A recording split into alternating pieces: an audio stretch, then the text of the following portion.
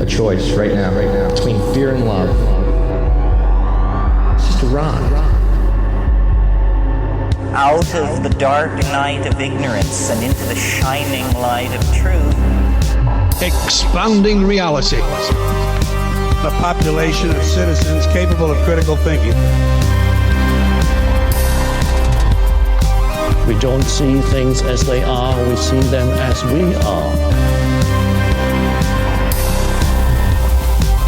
There's a level of reality where everything dissolves into an ocean of energy. We empower our experience by insisting on our authenticity. That's very profound. Very. Expanding reality. Welcome to Expanding Reality. I am your host, Brandon Thomas. On this episode, guys, we are talking Scalar Light healing with Tom Paladino. Now, located down in the show notes is going to be his website, Scalar Light. Definitely check that out for the 15-day free trial. I have participated in this. It's awesome. So on this episode, we talk about what is Scalar Light, right? It's this etheric energy that goes around everything, produced in stars. So even the physical reality in which we live is up for debate here in this conversation, which I love, as well as, what Tesla was doing with this. This is what he was tapping into, and that's what Tom's figured out. Now, he's a pioneer in this with his technique and his technology that he uses. You can just send him a picture of yourself, and he's going to heal you on a quantum level. Your dog, anything. It's fascinating, guys. A couple of the programs that we talk about as well that he offers that are covered in this episode here are natural food programs, as well as endorphin and neurotransmitter. He can basically take a picture of dopamine, put it in with your picture, and infuse it with scalar light energy, and boom, you're super happy. It's fascinating, guys, and this is really probably the precipice of a new science that's not, of course, going to be officially recognized for a little while, but you saw what happened to Tesla, but it's super cool, and Tom is one of the nicest guys ever, so definitely check him out, located down in the show notes. While you're down there, give a gander to our resource links. They're located there for everyone to enjoy, as well as while you're down there as well, might as well swing by expandingrealitypodcast.com. That's going to be linked down there also, and become an expansive insider. That's where all the bonus stuff is. It's where all of the cool things are happening, so definitely check that out, guys. All right, so without any further ado, let's get to this incredible conversation with Tom Paladino. Welcome to Expanding Reality, in which we will address a new frontier, scalar energy, the promise of the future. Man, I love that. So let's just get it going with that. Tom Paladino, man, welcome to the show. This is amazing.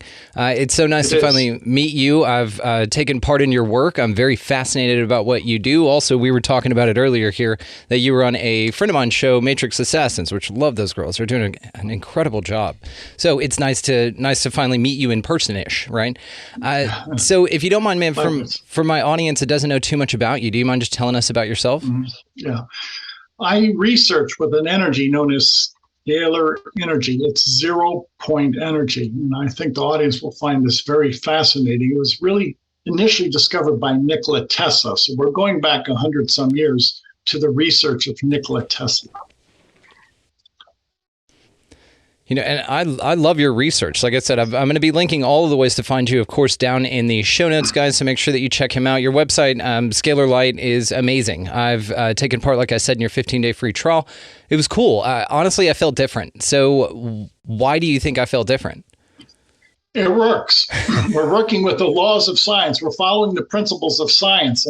And as Tesla first discovered, and as I have rediscovered, there is an energy spectrum, scalar energy. It's not electricity. And you can improve what we call quantum health with this type of energy. So what about quantum health is so necessary for folks? Like, this sounds like something that you need to be told about, and it sounds like a recent scientific discovery that you've made, which I'm a big fan. We've talked about quantum physics quite a bit on here. We just had Dr. Haley Young on, and same thing, quantum physicist talks about the blending of spirituality and kind of taking it from the lab to practical application. So what is it about quantum healing that's so necessary for us? Yeah, it is quantum healing, and there is a branch, quantum physics, which is non-physical. Many people call that consciousness or the instructions of the universe. Why is that important? Well, everything, including our health, begins with instructions, which is energy or light. And light will dictate our health. And if we can reinstate, if you will, scalar health, scalar light, we can improve what I call quantum health. Now, this is not biological. This is informational. So we're not going to speak about pills or drugs or surgery. This is a new science.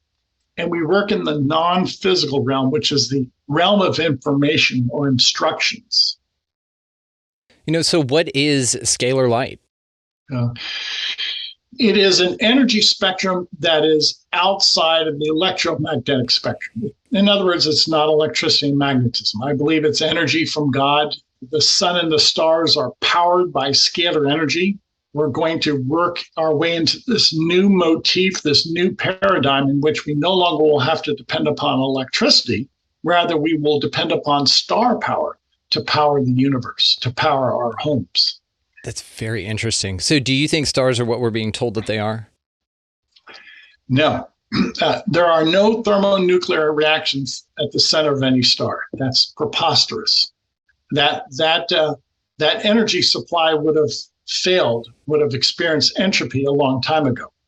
So the stars do not experience any type of thermonuclear reaction, explosion. It's preposterous. The stars are eternal because scalar energy is eternal. It is scalar energy that gives power to the stars. Scalar energy is at the very center of any star, giving it power, giving it that life force energy. And once we tap into that star power, the world will change. We will now have free energy at our beck and call. Now, do you think that space is not what they're saying it is, or just basically the physics of stars? There's two ways of looking at the universe, and both are correct. An electromagnetic paradigm or a scalar energy paradigm. There's two energies, hence there's two events. And what we see in academia today is just a focus on electromagnetic energy. Many of those theories are correct. We've not considered the other energy, which offers a second viewpoint of nature. So there are two energies, there's two explanations for reality. I've made a career with scalar energy because I think that the prospect is much greater than that of electromagnetic energy. So in order really to have a fluid and complete understanding of the universe, you need to understand both energies because both energies are responsible for the two paradigms. Damn. So do you think stars could be like a portal to another dimension or anything like that? They are. Cool. Yeah. Anytime you're working in a scalar energy paradigm, it's the portal to infinity. See, scalar energy transcends time and space. So it's the portal to infinity. It's the portal to a spaceless dimension. You transcend time and space with scalar energy, as opposed to electricity, electromagnetic energy, in which you are bound to time and space. You are subject to time and space. Rather, in the scalar energy paradigm, time and space are subject to scalar energy. So scalar energy is the supreme force, the supreme instruction of the universe. Yeah, it's like the ether, the everything, right? Or this dark energy. Yes. Yeah. The dark. This is what Tesla purported. This is what Tesla proposed. And, frankly, later in Tesla's career, he was no longer working with electricity. Tesla graduated from AC electricity to scalar energy. And he frankly wasn't interested in AC induction motors anymore. He was only interested in scalar energy. And this is why, to this day, we don't understand the work of Nikola Tesla. He was working with the other paradigm, scalar energy. He called it radiant energy. Yeah, because when you apply it to the model of like the scientific method or something like that, it gets very, very challenging. And this is where it gets dismissed as woo-woo or fantasy or something like that. Yeah. Thank you. Because it doesn't follow the laws of electromagnetic theory. It's not electricity or magnetism. So you need two explanations for reality because there's two dimensions. It's that simple. I love this. This is exactly, it's these missing pieces from our reality, from the story, that really by shining scalar light on them, you can really learn a lot about who we really are, which is that's what I kind of, feel like has been going on. It's a hijacking of the natural order of things to kind of skew a narrative to, yeah. And if you want to take it as like an energy harvesting kind of thing, what I like about you is you empower people to view this as a way to where it's accessible to them, because a lot of things like religion will tell you it's way up there. It's something, this is where we get get that vertical versus horizontal morality from. And so it's way out there. It's something that you need to be told, you need to be a part of, but it's not accessible to you here. You can have it later on in another life if you do all the things right. But what I like about your work, man, is it's actionable. It's something here now, and it gives you a new perspective on what's possible, which again, this is what we love here. So tell me, how does one harness scalar energy? With instrumentation, scientifically, or better yet, the mind, the heart are great examples of scalar energy capacitors. The brain, the mind, the heart, feelings are center points of scalar energy. They are scalar energy vessels. Now, what's my point? There is a God, and he created scalar energy, and he's endowed everybody with this gift of scalar energy. We just don't recognize it. We don't realize that the world is filled awash with a sea of scalar energy. And furthermore, we control scalar energy with our thoughts and our emotions. And I want to make this very clear. You don't need a scientific instrument to do this. Everybody does it every day by meditation, by correct thinking, positive thinking, prayer, by creativity, by deduction, by feelings, by love, by kindness. All of this is an expression of this all-encompassing energy of love. Scalar energy is the love of the universe. It's God's energy. It's all good. It's harmonious. And once we tap into this new way of thinking, it should change the world. Is this new, or is this something that you've rediscovered from a culture lost, probably, that had this all figured out, and that it was just the standard way of operating? The ancients figured this out. Many ancient civilizations looked at the sun as the source of life. They're correct. It's scalar energy inside the sun that's the source of life. What is the animating force, once again, of the sun and the stars? Scalar energy. Why is it that the sun and the stars never burn out or lose their heat, their luminescence? It's scalar energy. I can guarantee you, if electromagnetic energy powered the sun and the stars, we would not have a universe. The universe would have burned out a long time ago. What's my point? The only way to explain the universe, a self-perpetuating universe, is with a self-perpetuating light. Electricity is not self-perpetuating. It dies off into experience of weakness, entropy. So scalar energy is the life force of the universe that explains all activity in the universe. And once we grasp that fact, the world will be the better.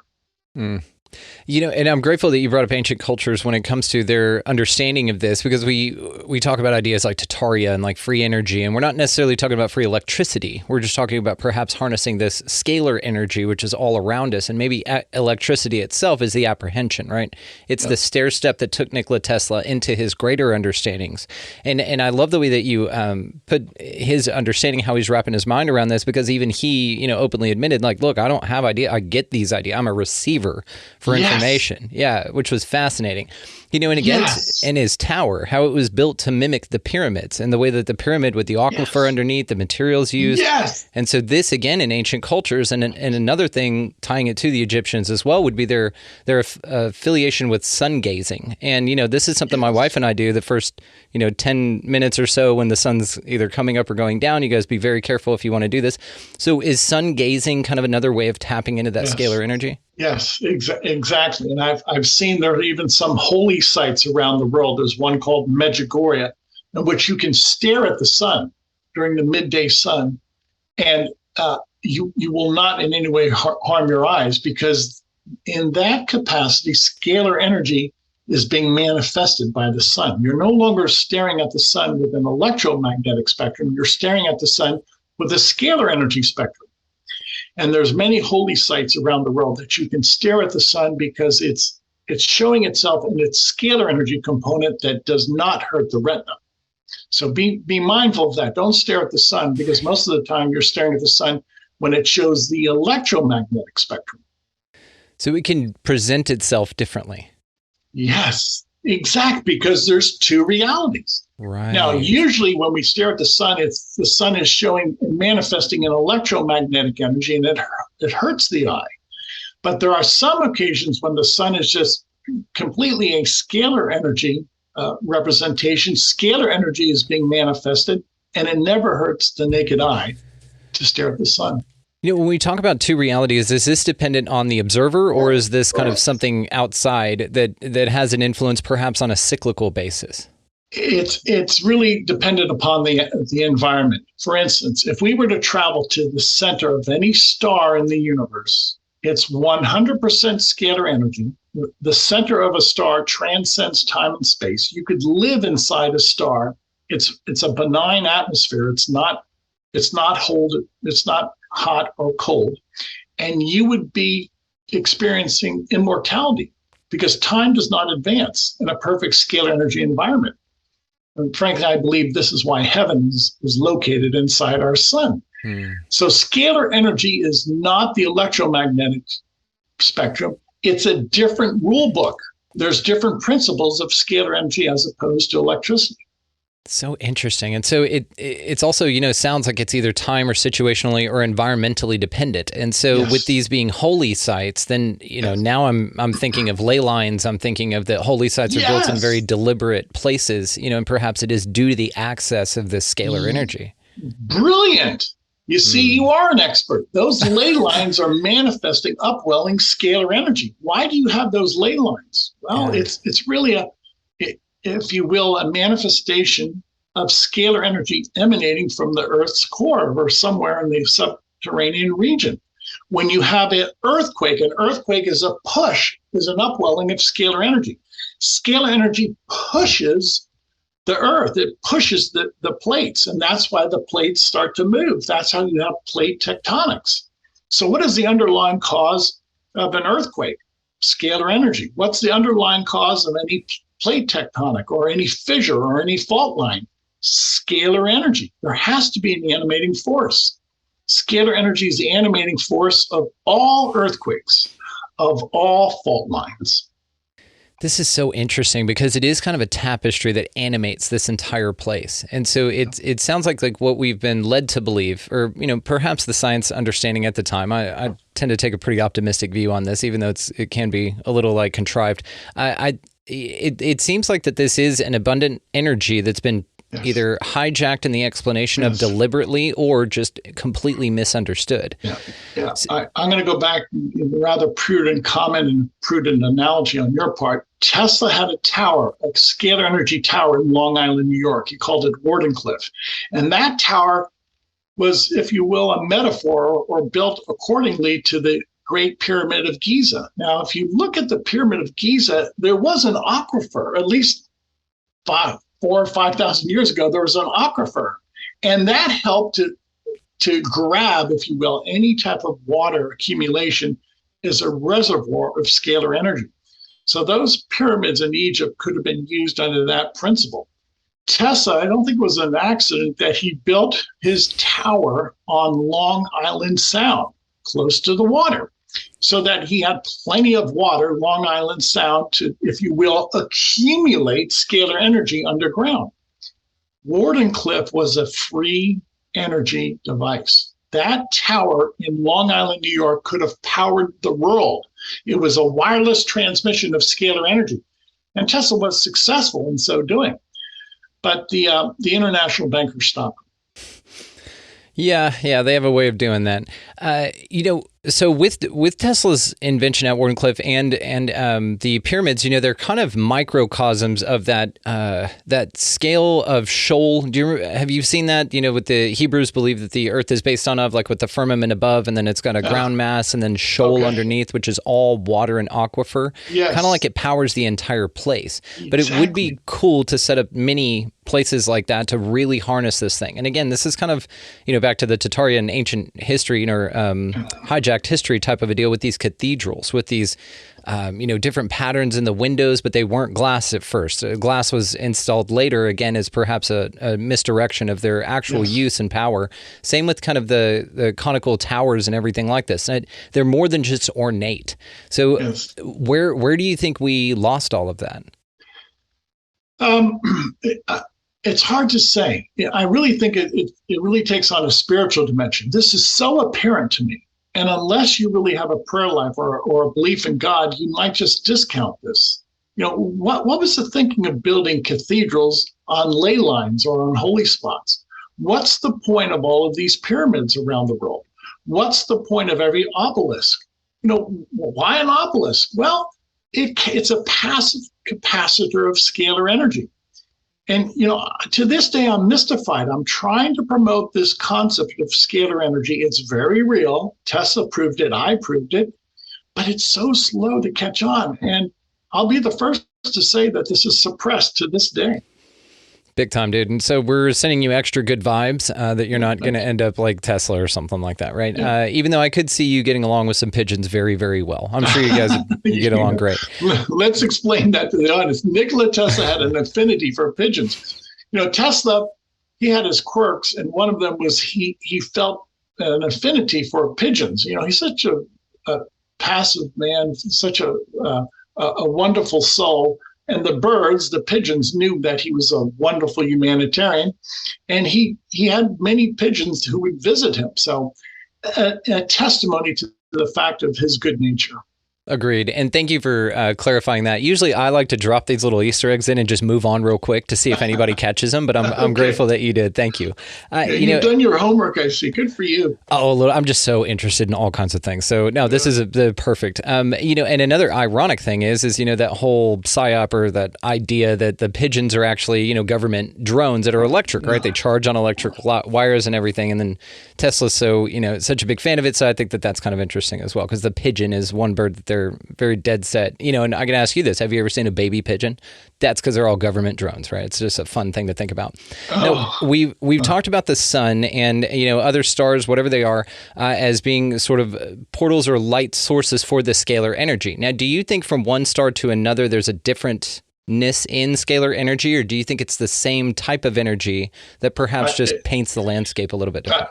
I think all energy initiates as scalar energy, and all stars are powered by that scalar energy. It's a double helix. And if you can imagine a double helix that unbinds, that decoils, so to speak, and one arm becomes electricity and the other becomes magnetism. So what am I getting at? All stars have that singular energy, that singular light, scalar energy. And when scalar energy leaves the center of a star, it starts to degrade into electromagnetic energy. This is why you have the corona around the sun. That's when the degradation from scalar to electricity starts. That's why you have this massive solar flare around the edge of the sun. You never see a solar flare inside the sun because it's a benign environment. What about all the pictures that we see? And NASA, I'd take it with a grain of salt. That means to deceive in Hebrew. What about all the pictures that we see of, the sun and people out there with their telescopes? And there's kind of, fusion going on that you can sort of make out, or they can write off as fusion. Like, what's going on with that observation? There is a transfer from scalar into electromagnetic energy. There's an incredible release of light and heat once scalar leaves the center of the sun and starts to convert into electricity and magnetism. That's established.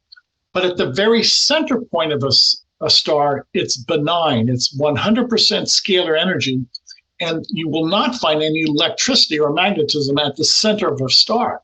So those are the two explanations that we have now. The stars are always powered by scalar energy, and scalar energy is within their core. When scalar energy starts to leave the center of a star, it starts to degrade into electricity and magnetism. And that's where you have the solar flares. That's where you have this physical manifestation. It's interesting. It's like another state of water or something. It's just another, yeah. Yes, exactly. By golly, if you've ever had a fireplace, sooner or later the wood is consumed, the energy source burns out. Well, if we can compare all of the stars in the universe to fireplaces, why doesn't the wood consume? Why does this fireplace or this matchstick, why does this source of light not burn out? According to electromagnetic theory, light will always decay, experience entropy, because it's not electricity that powers the star. It is scalar energy.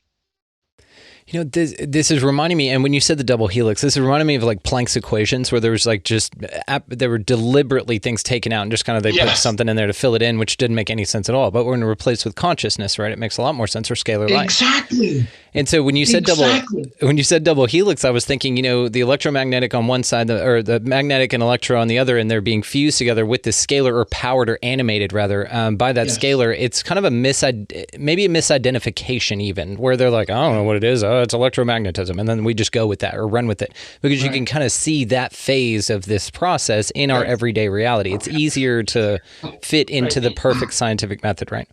Yeah, so here's a great example. Many times astrophysicists will look at a quasar or a star and they'll say the behavior in the very center of a star does not exhibit electromagnetic behavior. Well, that's right, because it's scalar behavior. It's not electromagnetic. So if the astrophysicists finally understand that there's two explanations, at the very center of any star or quasar is scalar energy, and that's not electricity. You cannot use electromagnetic energy to explain a quasar. It's not electricity. It's not magnetism. Once the world realizes that, then it's so simple. It's just been overlooked. Tesla did not overlook this. Many times he said that he wanted to enchain the sun. Or he said, I want to be able to control the energy of the sun. Why? Because he knew that scalar energy, radiant energy, was from the sun. So that's what he was doing. Later in his life, that's what he was doing. You know, and this may explain. And he was so successful that to this day we really don't get what he was up to. He was working with this energy of the sun. Yeah, in a language that we're not even ready to read yet. No. You know, even if you're reading the same book, it's not written in the same language. There's a bunch of invisible ink that you can't even see. The Tesla was like, yeah, it's right there. Yeah. You're right. We need a new language for this new science. Well, that's what you're doing, and it's wonderful. Exactly. Yeah. You know, a lot of people, they try and understand the terms that I use with electromagnetic energy, and I tell them, look, there's no wattage, there's no voltage, there's no electricity. Don't use those terms.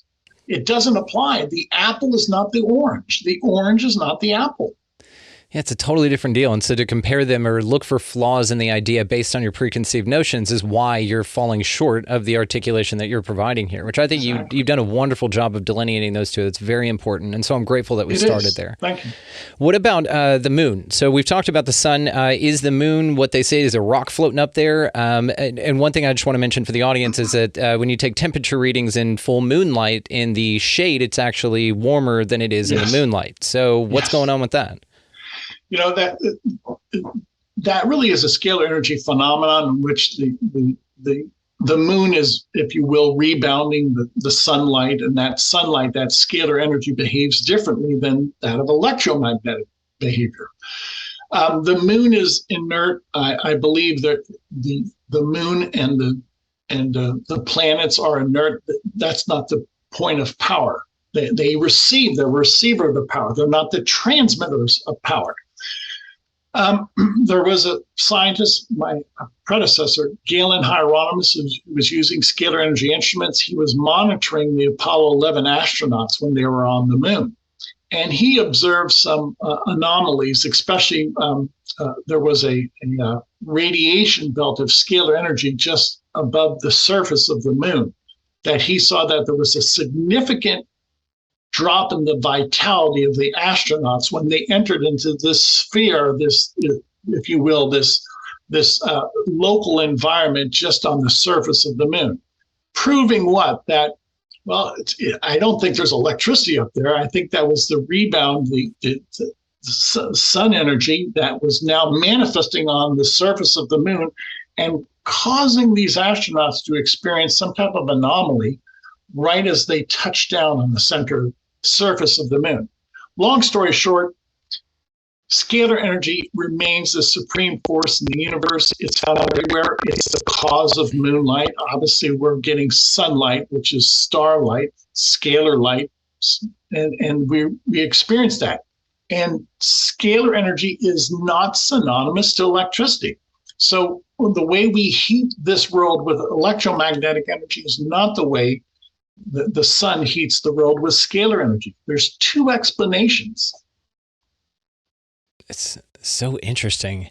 Well, that actually answered another question I was going to ask. Why do you think they faked the moon landing? But we'll talk about that later. So anyway, what put this new technology on your radar to begin with?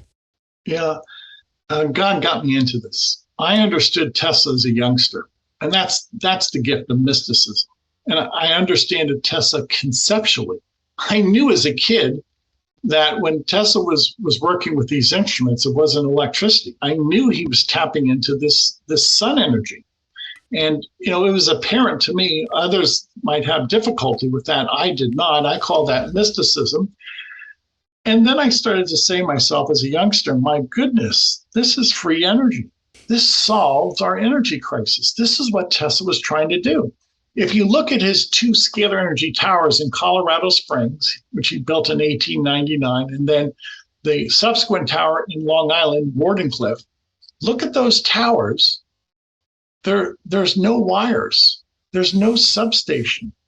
There's no power plant nearby. What's he doing? Why would you build a power plant out in the middle of nowhere? It's from the stars. That's where he was getting the power. It's so obvious.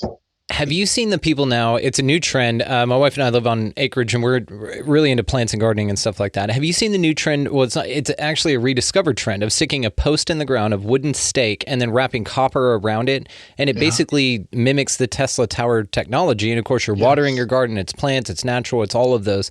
And it really enhances not only the plant growth and output production, but also it controls pests. People have done controls in their garden with mini sticks with, they're all over the internet right now of people doing this, which I love this trend. I know you've probably heard about it, and it's exciting. And they'll take one bed where they use one of these and everything planted exactly the same. And so they have a control.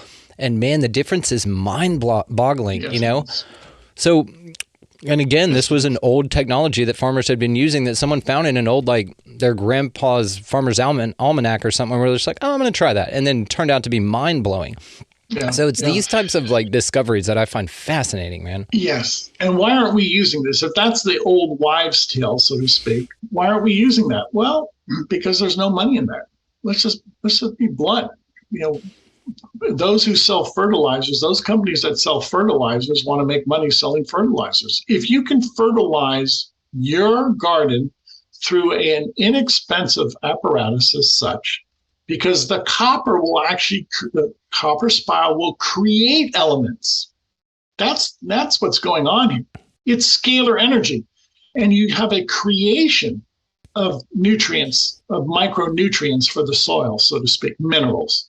Well, that's pennies on the dollar as compared to expensive fertilizer. Yeah, and it's so necessary for your garden. I mean, the more natural you can go, which this is what I love about this. You could see kind of the sequence of events about how this took place, right? 2020 happened, whatever, things did whatever they did. And then now people are getting more self-reliant. They're, really kind of looking around and self-actualizing and evaluating the way that they interface with their reality, and especially the way that they get permission to survive, right? And so when you start really going down these rabbit trails, of course it's not good for they, right? The things that are here to, keep the power going or to have you under their control. And so it doesn't behoove them. It's just like back to the war of wattages with Edison and Tesla, where Edison is clearly quoted by saying, if I can't meter it, I don't want it. And that's one of the biggest issues with scalar technology or dropping a copper rod in your garden, is because it doesn't benefit the people who don't want you to know that it's actually a benefit for you.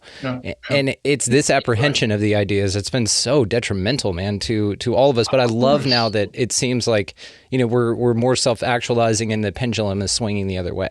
I agree. The pandemic has served as a wake-up call for many people. And many people realize, I'm not going to be specific, but many of those organizations that should have been protecting us did not. Mm-hmm. Many of those organizations were wrong and gave us wrong information. And a lot of people are irate about that, and they should be. If we put you in a position of power and authority, help us. Well, some organizations did not help the people. There's been some gigantic mistakes during the past 2 years. Yeah. And I love because it this kind of thing has been on your and mine's BS meter for a really long time. But how nice is it for you to look around and just go, yeah, we're here for you. It's welcome to it, guys. Thank God. I've been at this now for 50 years. Wow. 50 years ago, I was in libraries reading Tesla's books and then saying to myself, well, I understand he was so far advanced, nobody quite understood it. Now, after 40, 50 years, people get it.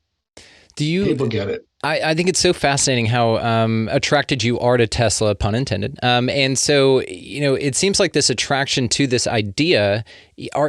What are your thoughts on you being perhaps the reincarnated, or at least a little version of Tesla coming back in this life? Yeah, I don't believe in reincarnation, but I know he's helping me. Okay. I really consider the man a luminary in history, and I know he was blessed by God. You touched upon this aspect. Tesla would be unable to sleep at night, and God would send him flashes of light. And Tesla would see in his mind, by way of this, if you will, intellectual vision, an invention. So how did Tesla understand all this? He had such a prolific career. God gave him flashes of light, illumination. Call it mysticism. And Tesla saw inventions. So obviously Tesla was doing God's will. God would not have given him such illumination, so many mystical visions. What's the point? He enjoyed God's favor. Why hasn't anybody caught up to Tesla? Nobody impressed God as the way Tesla did. Tesla had a pure heart. And God is not going to give this ultimate wisdom to a corrupt scientific group or a corrupt government. Yeah, now, they can steal it. Yeah. Yes, you have to be morally correct. God's not going to give his divine light to a corrupt government, to a corrupt business, to a corrupt university. And there's many corrupt governments, businesses, and universities today. This holiday season, you might be looking for nutritious, convenient meals to keep you energized on jam-packed days. Factor, America's #1 ready-to-eat meal delivery service, can help you fuel up for brekkie, lunch, or dinner with chef-prepared, dietitian-approved, ready-to-eat meals delivered straight to your door. They just drop them at your door, people. You'll save time and eat well. You'll stay on track with your healthy lifestyle while taking all of your holiday to-dos in stride with good meals in the tum-tum. If you're too busy with all this stuff, these meals are easy to get done. They taste great. All you've got to do is head over to factormeals.com/expandingreality50 and use code expandingreality50 to get 50% off. That's code expandingreality50 at factormeals.com/expandingreality50 to get 50% off.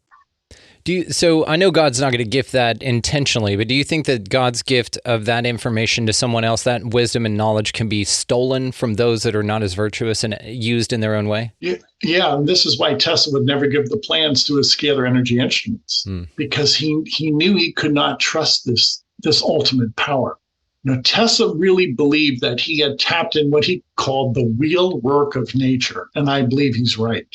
In other words, you control nature with scalar energy, and Tesla did not want to release those plans. Yeah, this is maybe where we get MK Ultra and stuff like that from. From those 7, I think there were at least 7 missing trunks out of the total that he had. Only 2 were revealed, but that information is probably out there. I'll titillate the audience. It's believed, you've heard of the Philadelphia experiment. It's believed that Tesla had his hand in that, or his principles were used in that, in which a ship, a Navy ship, actually disappeared under the influence of scalar energy and was teleported at a distance. Now, the only way you could do that is with scalar energy, not with electromagnetic energy. And if Tesla had his hand in that, then that was a successful experiment in teleportation. And if you will, all of that is what I call a game changer. If you can teleport a ship from one point to another, you have an army, you have a navy that cannot be defeated. If I had 2 superpowers, teleportation would be one of them. So let me ask you this. How close are you with your Scalar Light to letting me teleport? I'm not. I have to wait upon God's wisdom. If God gives me that wisdom, so be it. I did receive a message years ago that God would give me the wisdom for anti-gravity. Cool.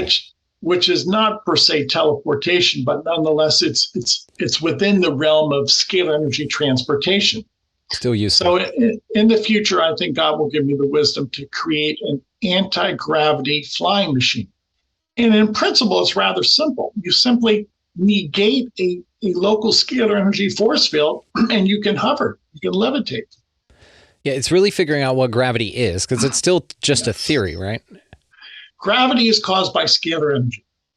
Jesus and Mary have made that very clear to me. And I have to figure out now how to negate that local scalar energy force field. And by virtue of that fact, automatically you start to levitate. Man, it'd be cool if it was like the farmer thing, like with just a rod and a piece of copper. You just have to swirl it in a certain way and boom, you can just fly off, because we've seen these videos of humanoids just flying through the sky and stuff like that. Maybe it's something like that. It's going to be rather simple and straightforward, because once you work with the principles of nature, nature is always simple. Creation is always simple. Creation evolves in complexity. But in order to control nature, it's usually a very simple, straightforward instrument that mimics nature. My scalar energy instruments are miniature stars that imitate nature. Which makes sense. You'd want it at a level to be incredibly pure, and then for it to go nuts and to bifurcate after that. And, this could be the idea of what we are, what nature is, what reality is. It's just enough ideas have been around to just separate the thoughts so far away from its purest source, which is this scalar light. But at that level, you would want it to be that base. And then therefore it would be infused in everything. Kind of like they say we're all stardust. Really, we're all scalar light from stardust. Yeah, we are. We're not dust. We all are scalar light. Exactly. So and if you look at the human genome, it's a double helix, which is the same proportion and ratio as a scalar wave. Scalar waves have been photographs, they're double helix. And that double helix is the cause of our DNA double helix. So scalar energy gives us life and maintains life. That's how important scalar energy is. It creates DNA. This is fascinating, dude. Absolutely fascinating. I love talking to you about this. Okay, so then let's talk about your work. Let's talk about, so how does this function? What does someone do whenever they approach you about scalar light? So I always look for results. So thus far, what have I proved in my laboratory? I can take a photograph of a person and work with a scalar energy instrument and access their dimension. People will email me a photograph. I actually place my photograph inside an instrument, and my instrument can find my resonance or find my signature by way of a photograph. Meaning what? My photograph is the bilocated version of me. This is the quantum field now. In an electromagnetic spectrum, there's only one Tom. In a scalar energy spectrum, there could be millions of Toms. If I had a million instruments with a million photographs, I could be in a million places at once. So when I place my photograph inside my instrument, I bilocate. And I'm working with my energy field, not with my biological field. And I can send energy to my energy field through a photograph.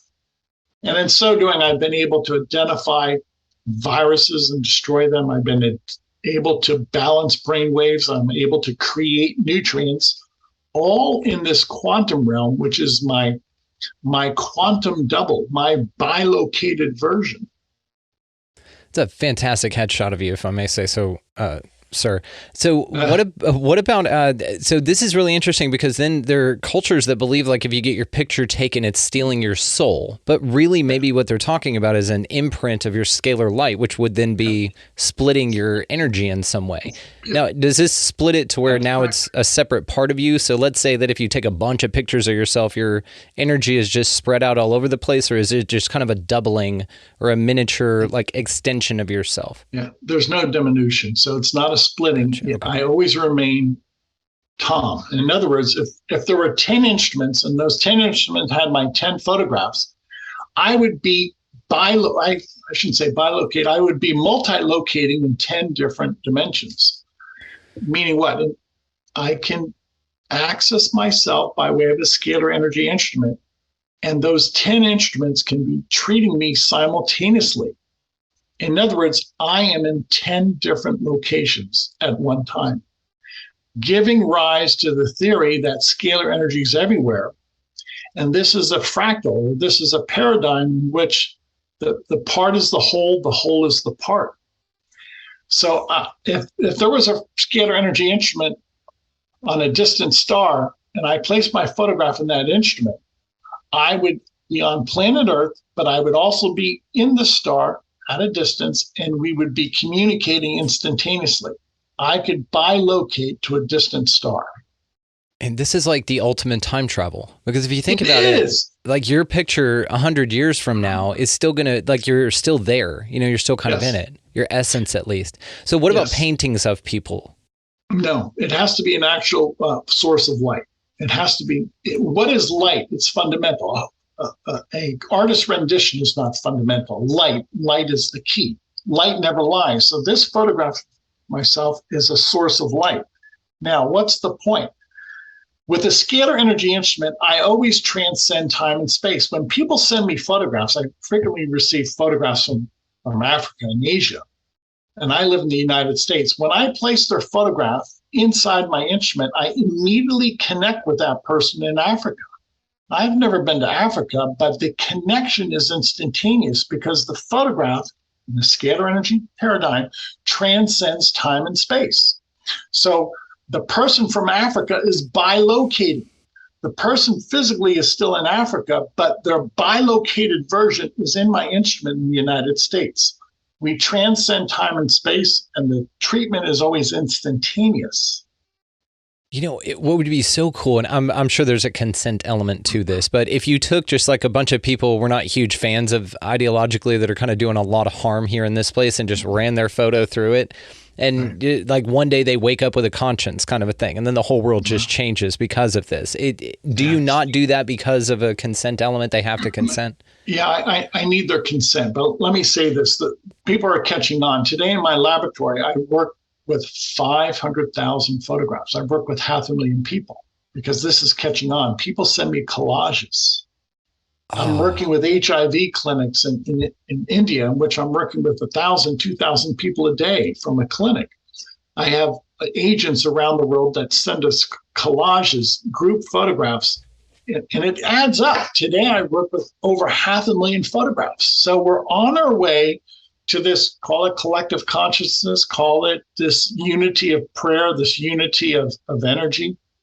That's probably the most promising prospect of my work, to correct the brain, the thinking, to correct the chakras, and we will think differently. We will correct ourselves. Most likely the chakra balancing is the most important aspect of my work.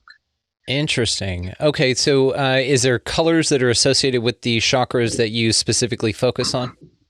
I don't work with colors per se, because when you're working in this universe of scalar energy, I think that the colors and the hues and the variations are infinite, because I believe color is just another expression of scalar energy.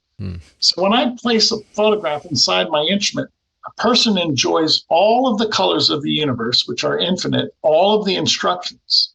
I can't stress that enough. If my cell phone is a stream of electrons, it's electromagnetic, and it can accommodate a few instructions at a time. Imagine if this cell phone was working with scalar energy that could assimilate infinite instructions instantaneously. That's what a scalar energy paradigm is. You see now how limiting a cell phone or any type of electromagnetic instrument is. Our computers are slow compared to a scalar energy computer. A scalar energy computer knows everything. It has all of the information in the universe, all of the knowledge of the universe, and it acts instantaneously. It's as fast as could be. Yeah, and this can be expressed here with just concepts like the 100th monkey effect, where this monkey does, and then so, maybe back in the day, these our ancient cultures really had this on lockdown, and so they didn't need a technology because they were already technology enough, right? And so there seems to be some sort of fall or some degradation, and perhaps we were convinced into that. There's many ways we could take that, but what's really interesting now is it seems like they've done the Indiana Jones with the sand and the idol thing, to where they've kind of said, okay, you've got this golden, beautiful idol, and it works perfectly, but if you guys just write a letter or send a carrier pigeon or have a cell phone, like, you can connect instantly, because they made you forget over time that you can do this, and then offered a substitute in the form of something very unauthentic in technology, which ironically, you have a technology that actually brings this full circle, which is cool, because the scalar has to be at the base of everything, even technology at some level. Yes, so you're right. How does is it possible to heal ourselves without a device? Yes. The mind and the heart are great vessels of healing. The human mind and the human heart are scalar energy vessels. And this is how God has left us with this innate knowledge. How do we think? How is it that some people are so brilliant or they have creativity? Where does creativity come from? Why did Mozart compose at the age of 5? It was downloaded. How was Tesla given intellectual visions? It was downloaded. So Tesla was able to see an invention, that's a scalar energy afflatus. Mozart was able to see a composition, that was a scalar energy afflatus. What's my point? Once we master scalar energy, we will finally recognize our genius potential. Everybody can be a Mozart. Do we want that? Yes. Okay. I'm just curious, because then provided the world is humble. Okay, and that's great. If you let yourself become drunk with power and drunk with knowledge and don't have those guideposts, it will be the worst thing. We'll become monsters. You have to control this power. But I'll be blunt, God has given me tremendous power with these instruments. There's some things I know about scalar energy I will not release to the general public right now. The public is not ready for this. If I made the statement, if 1 million people 1 month who have HIV were to send me their photograph, after I would work with those people for 1 month, and those people had a PCR test, they would find that they no longer have any presence of HIV. Do you think the world is ready for that statement? Maybe not. Is it true? Yes, I'm going on record. Everybody I've ever worked with who had HIV, if I could detect it on their photograph, after a month or two, I no longer can detect HIV on their photograph. Do you think the world is ready for that statement? Slowly, the world is warming up to that. Yeah, I think the world is. I think that the people in power that don't want them to know that this is a real thing aren't. And so they're really damaging kind of even folks as minuscule like opportunity to look at this as something that's valuable because it's so stigmatized, something off of the official narrative. And this is kind of this strong bifurcation. But again, we're returning to the 0 point, which I'm a big fan of. So how does your device work?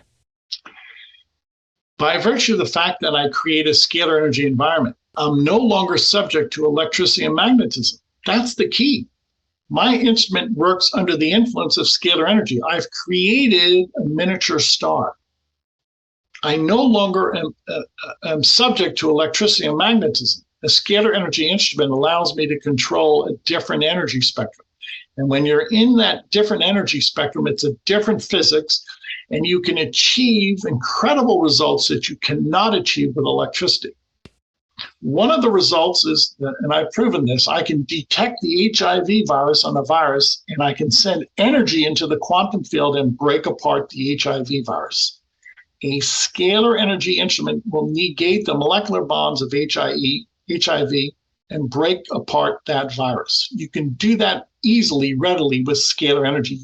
I don't think you can achieve that readily with electricity. Agreed. How do doctors, nutritionists, and physical fitness experts, air quotes, feel about your program or your work? Most people are very gracious, and most people are inquisitive. It's a new science. I don't fault them. They don't understand it. I'm the only one in the world who's accomplished this thus far. I don't have any peers, so I have to rely upon them. In other words, there is no other group that can prove or disprove my work. I'm the only one in the world with this type of instrumentation. But people, they look at the website, they see we have thousands of testimonies, and then that piques their curiosity because, 4,000 people cannot be wrong. I don't know. A lot of people vote in this country. I don't know. A lot of people could be wrong. What about so let's talk about some woo stuff. So I just had a few questions here that I wanted to ask you about this. So can it find missing people? Like if some parent comes to you with a picture of their child, can you find their kid? My predecessor, yes, to answer your question, my predecessor, Dr. Hieronymus, was working years ago with the United States Army, and the Army would give him an aerial photograph. And he could, with a stylus, he actually had a stylus pen that he could pinpoint where the soldiers were, where the tanks, where the weaponry was located on that map. And that was the actual placement of the soldier or the tank on that aerial map. What's the point? Yes, in the future, we could use this as a detection device. It kind of now, makes you think that how remote viewing was possible is perhaps they're just utilizing a different form or tapping into this scalar light deal. When you describe this psychic phenomenon, it's really scalar energy phenomenon. You cannot describe telepathy by way of electricity. It's not electricity. Telepathy is made possible. The driver, the fundament of telepathy is scalar energy. The fundament of prophecy is scalar energy. Those who have deja vu or those who can see into the future, well, if scalar energy is the timeline, then you could access that timeline through prophecy, which is scalar energy. What about ghosts? Can this help you cross ghosts over? Why can a ghost pass through a wall, a physical structure? A ghost is a non-physical, an angel is a non-physical scalar energy being. And an angel can pass through a wall. And yes, that is the property of scalar energy. It can pass through any object. Nothing can impede it. Yeah, if a ghost is haunting a particular area or spirit or something like that, and they say, look, my picture's buried under, this back tree or something like that. I've been dead for 200 years. Take my picture to Tom. You have my permission and my consent, and get me healed so that I can cross over. Is this something that's even possible? I can't influence whether a person has died or not. Once they've died, they're in God's hand. But you still can access the spirit world through this. I firmly believe my instrument is the portal to spirituality. Yeah, that's what it sounds like. It sounds like you've got some sort of looking glass, like that Project Looking Glass that they talk about, where there's Yeah, it's fascinating. And some people call that a wormhole. Some people call that a break in time reality. It's really simple. You either have an electromagnetic environment or a scalar energy environment. Right? Your chances are 50-50. If you're in a scalar energy environment, it's a different milieu. It's a different textbook. If you're bound to electricity and magnetism, then you're in the same environment. Nothing's going to change. The key is to get out of the electromagnetic spectrum and to immerse yourself in a different dimension, scalar energy. It's that simple. Have you willingly or knowingly ever used your scalar light treatment on non-human intelligences at all? Like aliens or anything? No.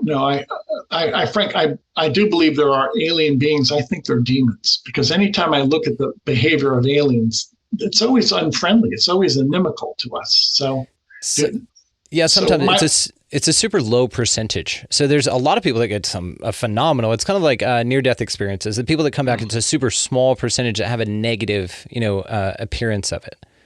Is it mostly demonic? I think it's demonic. Okay. I think many people who are describing as UFOs.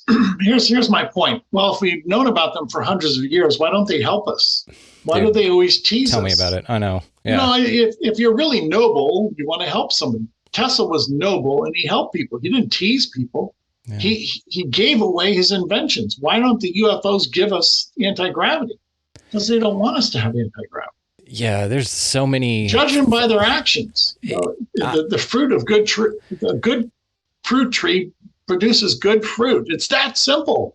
I agree with you. Now, I don't trust these damn things either. I think that, even if they can import a good memory, and that's why we have such a small percentage of people that come back with maybe an authentic experience, and that they could just mask the experience for the 95% of people that say it's a completely wonderful and, benevolent one, then perhaps that's what it is, right? So then at its core, it's a screen memory. It's apprehension of your consciousness and your memory of what happened. So you reinterpret it in a way that's, super awesome and great, but maybe it's not, man. And I've been on that vein for a long time. The reports say it's very small, but I don't necessarily trust people's interpretation of the memory of the experience, because they can manipulate that. And so if that's the case, right? Yeah, good point. So I want to ask you about a few of your programs that you have on here. Again, guys, all the ways to find him located down in the show notes. Go check the website out. Sign up for the 15-day thing. It's amazing. You have my picture, so I'm one of the people that you've helped with this. And like I said, I felt different, really. There's a significant change in me. Thank you. So I'm curious about, I just wanted to point out a couple of your programs here. So what about your endorphin and neurotransmitter? What does that involve?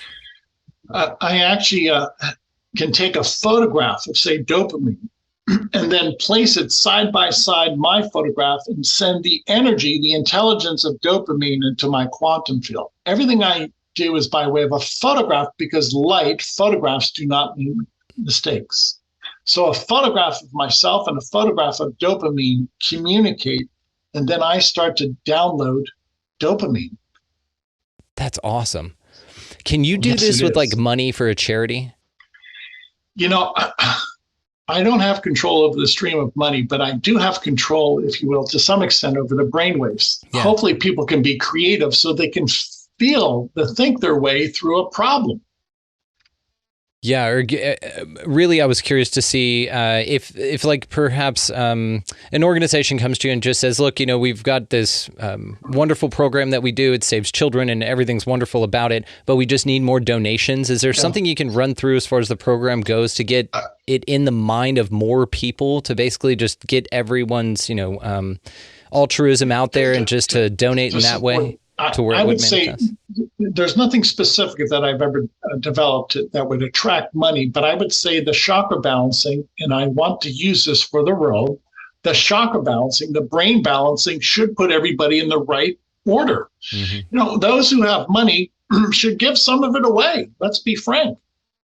You're not going to take it to heaven with you. I guarantee you that. And those who are in their 60s and 70s and who have money, they should make a contribution to society. Not hoard money. There's just so many injustices. So to answer your question, I've never been able to program money, but I can treat millions of people, billions of people, and correct their conscience through this energy. Yeah. And I've heard of money just as another energy, right? So it's just a vein of energy that we can tap into, and therefore, it could possibly, idealistically, right, be manipulated in this way. And I was just thinking maybe take some from all the people that don't do good with it and, switch and I mean, what an awesome type of wave to kind of impart on everybody as we're moving forward with this, to make actual physical changes here with an energy that's very powerful here. I just didn't know if it'd come across your radar, if you thought about it. Yeah. Believe me, I want to do everything possible. And thank you for this platform. If the people realize what this gift from God really entails, and how so many of our problems would be solved if we had free energy. As we record this in 2022, we're in an energy crisis. If we would have listened to Tesla, our home, our cars would be powered by the stars, and the stars offer an unlimited source of energy. Let's go back to Tesla and let's power the world with the stars. Yeah. Please, people. Because then you wouldn't need money. Why make these mistakes for another 100 years? Yeah, I'm so on board with this, dude. I love this. Okay, what about the natural foods program? So how does that work? I take magnified photographs of food and I download them into my quantum realm. Anything I photograph serves as instruction. So I can take a cucumber, or I could take an herb, or I can take a magnified photograph of, say, of a plum and download it into my quantum field. And then I enjoy the phytochemicals of the cucumber, of the plum.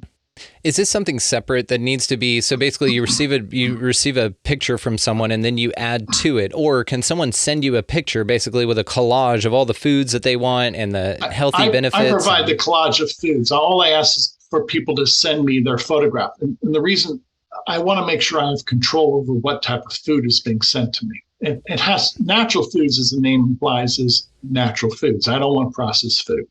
Yeah. So if someone sends you like a Cheetos bag or something, you're like, no, I don't want to do that. Exactly. There you go. Very good. What I like about this, though, is it's kind of like, if your kid doesn't want to eat its vegetables or something like that, you could be like, here, just send the picture to Tom. It's fine. Yes. and then there you go. Yes. I've been using natural foods I have trees around my home, and I've been treating my trees with natural foods, and that's how my trees get their nutrients. And the trees are vibrant. So that's my fertilizer for my trees. I don't have to buy expensive fertilizer. I simply treat my trees with natural foods around the clock, and 24 hours a day. My trees are getting nutrients from the natural foods. and my trees are healthy. So do you do this with trees? Like, can you do this with anything? People, trees. I have a St. Bernard. My St. Bernard, I treat him with natural foods. My St. Bernard, 24 hours a day, is getting natural foods treatment. He's receiving his phytochemicals from natural foods. Since you've started this with your pet, for instance, what sort of measurable, notable difference have you seen in lifespans, energy, all of that? I have an 8-year-old St. Bernard, and he's still very healthy. And I look at his gums. If you have a dog that's 8 years old, sooner or later you're going to see dental decay, or you're going to see some type of dental inflammation, bacterial inflammation. My dog has no inflammation because I eradicate the bacteria in his mouth every day. His gums are pink. He's healthy. Some dogs show disease. They show years of bacterial and fungal and parasitic infection. My dog's gums, his teeth are as pink as can be. Why? It's not because I brush his teeth every day. I give him a pathogenic cleanse every day. That's so cool. What about like homes? If someone sends you a picture of their home, can you do this with that? Because technically, it's all organic material, right? Yeah, it's a blessing, though. It's a chakra. It's a blessing of God. I firmly believe that this energy is from Jesus right behind me. And I believe Jesus is blessing anybody who partakes in this type of energy. It's God's divine energy, whether it's a person, an animal, plant, or a home. It's a divine energy. You can't separate that. If this energy is perpetual, well, who's perpetual? God. If this energy is everywhere, isn't God everywhere? It has to be divine energy. Now, do you think that because you're like Jesus is your homeboy, he was not to Tesla, right? He was a foreigner. They did not look at things the same, but it didn't negate. Tesla grew up in a Catholic household. His dad was a priest, and Tesla was very religious. And Tesla's father wanted Nikola to be a priest, but Tesla wanted to be an electrical engineer. That's right.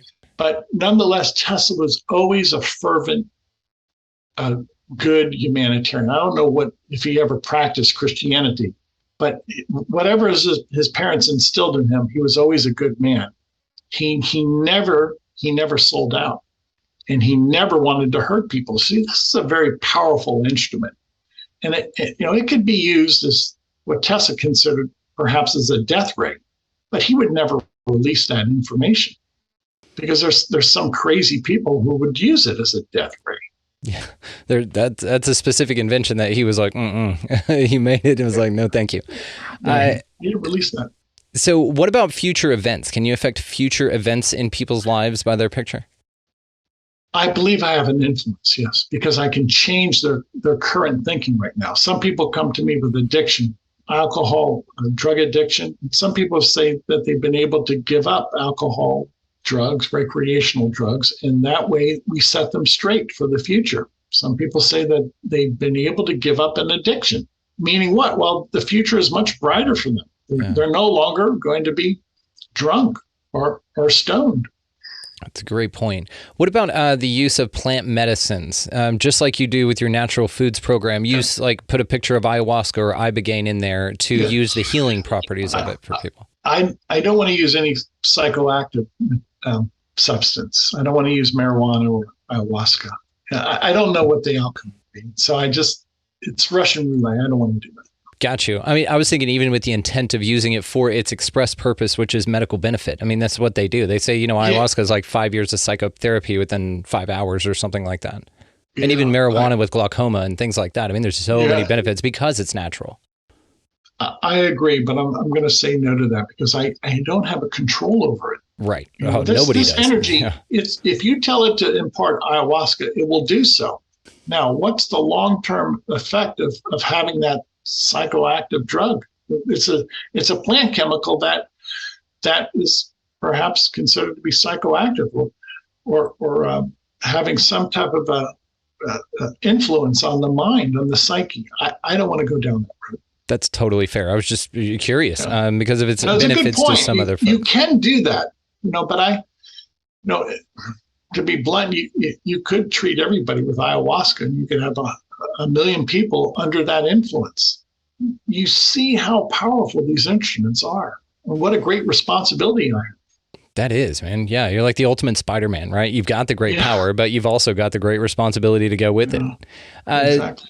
So what about locating like lost treasure or Bigfoot or something like that? Can you do that? If you have a photograph, it has to be a photograph. If you have a photograph of anything, the scalar energy will find it instantaneously. Now I have to develop a type of interpretation of where that could be located on a map. You would need an aerial map to find anything, whether it's a person or a lost object. Yes. If you have a photograph of a person or an object, you can find it by way of a scalar energy instrument. That's one of my goals.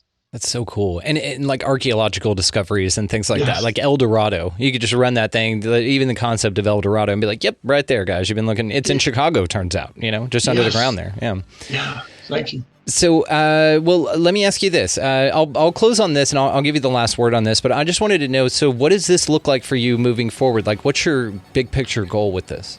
Next 5 years, people have to get on board. And if they do that, this will take off. It all comes down to people power. This is a grassroots movement. That's why I give away free sessions. I could research until the day I die, but it's meaningless unless people incorporate this. So I need people to get on board. 100%, man. Well, we're on board with you, and thank you for what you're doing, because you have the sweetest heart, you have the purest of intentions with this, and I'm truly grateful for what you're doing for everybody, and opening people's minds to this idea. And I think it's beautiful what you've dedicated your life to, because it's a very altruistic quest, man. So thank you. So down in the show notes, guys, check for that 15-day free trial. Absolutely. Tom Paladino, dude, you're welcome back any damn time that you want. This has just been a delight, and I'm truly grateful that we've connected, brother. Feelings mutual. Thank you, sir. I want to thank Tom Paladino for coming by and hanging out with us. Scalar Light, it's amazing. I mean, I think this whole thing is super cool, and I think it's breathing new life energy into something that Tesla figured out, and probably our ancients knew very, very well, as Tom discussed in this conversation here. So I agree with him. I think it's awesome, and all the ways to find him are going to be located down in the show notes. Check out his Scalar Light for sure. There's a 15-day free trial on there. I highly recommend anybody that's even slightly curious to go ahead and take him up on, as well as while you're over there on the website, check out some of the testimonials and stuff like that. So it's going to be linked down in the show notes. While you guys are down there, check out some of our resource links. They're incredibly helpful, and that's why we put them down there. So they're just awesome. Also, while you're down in them show notes, take a look at expandingrealitypodcast.com. That's going to be where all the lives are replayed, where the Too Hot for YouTube stuff is found, as well as all the collaborations that we've done, all the awesome shows that I've been grateful enough to be asked to come be a part of. They're all linked and located there as well. Also, while you're over there, go ahead and get signed up to become an Expansive Insider member. That's where all the bonus episodes occur. We have some massive panel stuff going on over there. Some really cool collaborations that I'm doing with Dave Zed and others. So check those things out, guys. We're really ramping it up, and it's an awesome community. I think everyone would love it, and that's why we're doing it. So expandingrealitypodcast.com. Check it out in the show notes. All right, guys, go out into this incredibly beautiful, beautiful, wonderful place, whatever the hell this thing is. Y'all sign up for Tom's 15-day free trial and go check out his website for sure. While you're doing all of that, since you're on the vein and doing something amazing, go ahead and pick up a piece of litter. Be nice to everybody that you come across, and get out of that left-hand lane for sure. As well as, above all and anything else, guys, go out into this incredibly mysterious place, whatever it is, and y'all just be good to one another. Thank you so much for listening, watching, and engaging. We'll see you next time.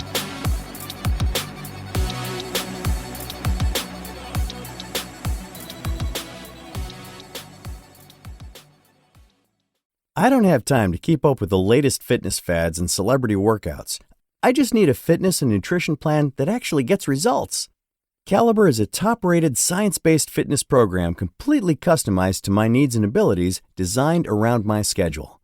An expert personal trainer keeps me motivated so I stay consistent and see results. Get $100 off Caliber today at caliberstrong.com/podcast. That's caliberstrong.com/podcast.